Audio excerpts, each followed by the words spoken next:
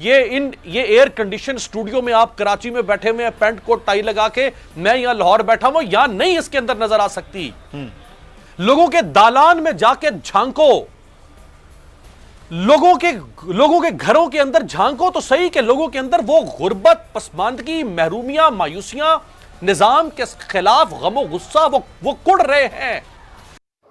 तो दोस्तों, पाकिस्तान के हालात बहुत ज़्यादा बदतर हो चुके हैं। पाकिस्तान के अंदर गरीबी, बेरोजगारी, लुटमार और इस तरह की जो काफ़ी समस्याएं बढ़ चुकी है।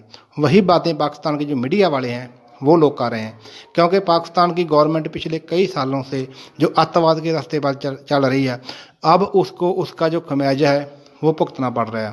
पाकिस्तान की मीडिया वाले बता रहे हैं कि पाकिस्तान के अंदर बहुत जल्द कोई ना कोई नया ऐसा इनकलाब आने वाला है जो पाकिस्तान की गवर्नमेंट को उठाकर बाहर फेंक देगा और पाकिस्तान की जो सत्ता पर वो लोग काबिज हो जाएंगे।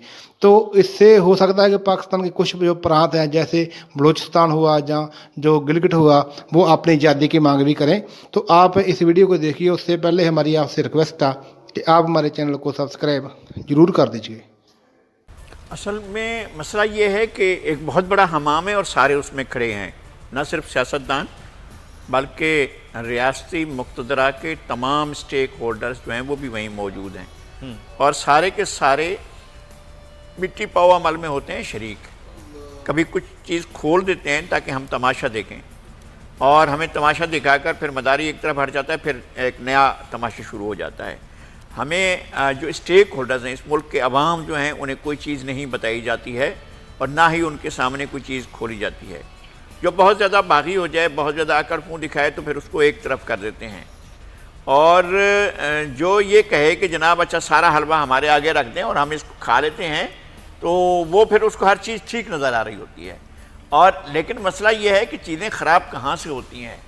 सियासी अमल में गैर सियासी मुदाखलत का जो खेल है वो नहीं होना चाहिए, लेकिन आप इस सारे खेल में सियासतदान ये क्यों समझते हैं कि जनाब हर चीज़ जो है वो हमारी मंशा और हमारी मर्ज़ी के मुताबिक हो और जिस तरह हम चाहें सफ़ेद को स्याह कहें और स्याह को सफ़ेद करें, हमारी बात मानी जाए और हमारी किसी बात को गलत ना कहा जाए और हमें जो हम करें उसका कोई पूछने वाला ना हो। ये है, चाहे वो हुक्मरान जमात हो, चाहे वो हिज़्ब इख्तिलाफ की जमातें हैं, वो पाकिस्तान के लोगों के लिए डिलीवर करने को तैयार नहीं है। अच्छा, फिर क्या होगा अगर ये मायूसी फैलती है?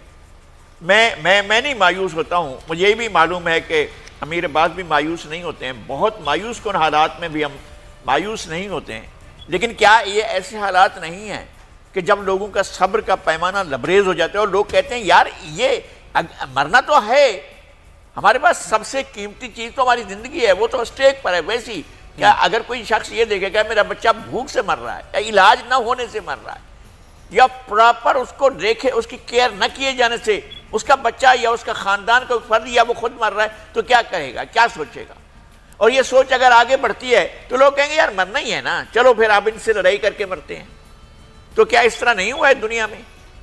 इस तरह बहुत मकामात पर हुआ है कि जब लोगों के सब्र का पैमाना, शहनशाह ईरान जैसी ताकतवर, उसने मुसद्दक जैसे पॉपुलर वज़ीर आज़म को उठाकर हटा दिया था, लेकिन हमने ये दिन देखा था, हमने अपनी आंखों से देखा था कि शहनशाह किस तरह से तेहरान से रुखसत हो रहा था और तेहरान जब छोड़ रहा था तो किस तरह से वो अपने आंसू बहाता हुआ जा रहा था, लेकिन वो ज़मीन उसके लिए तंग हो चुकी थी। और लेकिन लगारी साहब, मैं यहाँ पर कथा कलामी की माफ़ी, लेकिन शहनशाह ईरान के लिए तो वहाँ ज़मीन तंग हो गई, लेकिन वहाँ पर इनकलाब की एक सूरत इमाम खुमैनी की तौर पर नजर आए। आपको लग रहा है पीडीएम पे खड़े हुए स्टेज पर यहाँ ऐसी कोई चीज़ नजर आ रही? सर, एक आदमी तो चाहिए होता है ना कि जो इस चीज़ को लीड कर रहा होता है, तो यहाँ हमें वो चीज़ नजर आ रही है। अवाम 22 करोड़ क्या इमरान खान के खिलाफ होने के लिए उन आजमाए हुए लोगों पर एतमाद कर सकते हैं? मैं फिर अर्ज करता हूं कि वो कोई शख्सियत नहीं होती है।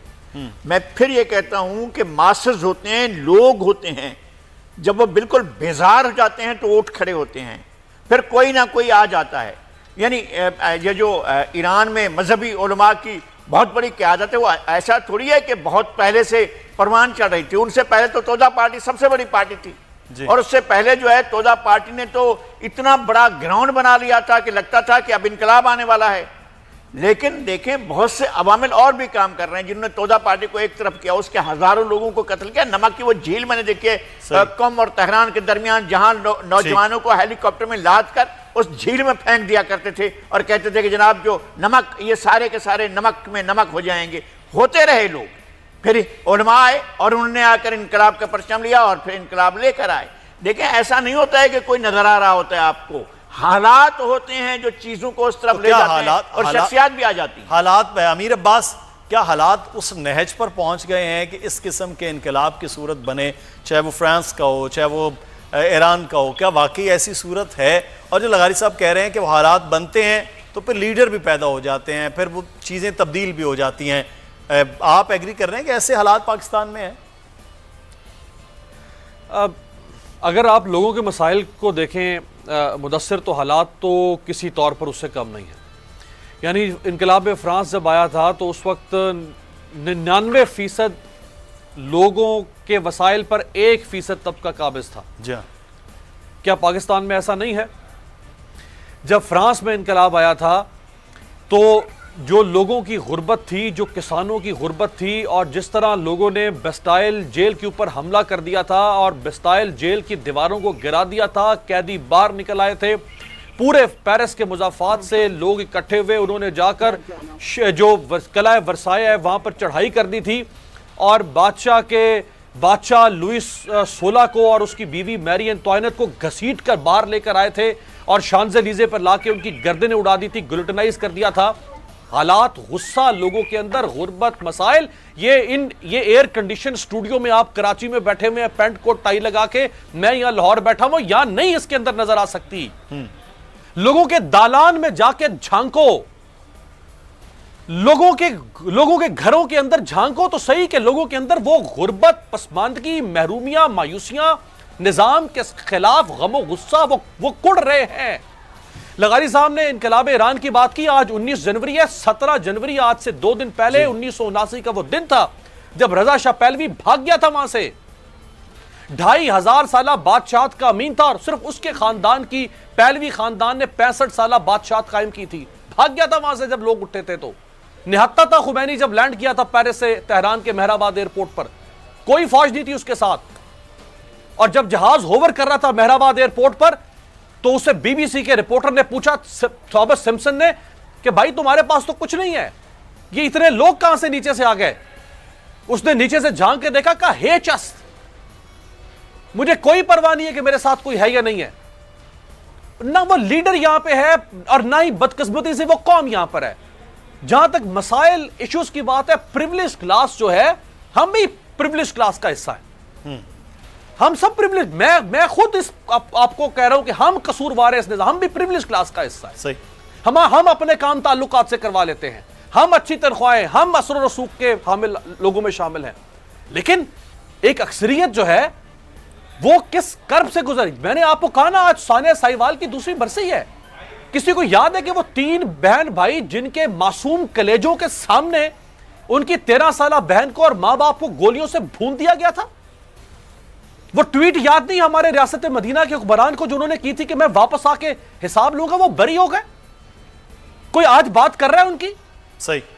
ये उसामा नदीम, उसके बाद एक और वाकया होगा इस्लामाबाद में, उसामा नदीम सती का, वो 21 साल खूबरू नौजवान, उसे गोलियों से भून दिया पुलिस के गुमाश्तों ने। तो वो कौन सी चीज है जो ठीक हुई, हो रही है, ये होती नजर आ रही है कि हम कहें कि हाँ भाई, ना तो यहाँ पे किसी फ्रांस के इनकलाब की जरूरत है, ना किसी ईरान के, ना किसी रूस के इनकलाब की, ना अमेरिकी इनकलाब की, किसी इनकलाब की जरूरत नहीं है, ना माओ के कोई रेड रेवोल्यूशन की जरूरत है। यह है कुछ ये इस वक्त अंडर करंट्स चल रहे हैं इस मुआशरे के अंदर। अब वो अंडर करंट्स कैसे बाहर आएंगे, कौन उनको बाहर लाएगा, वल्लाह आलम।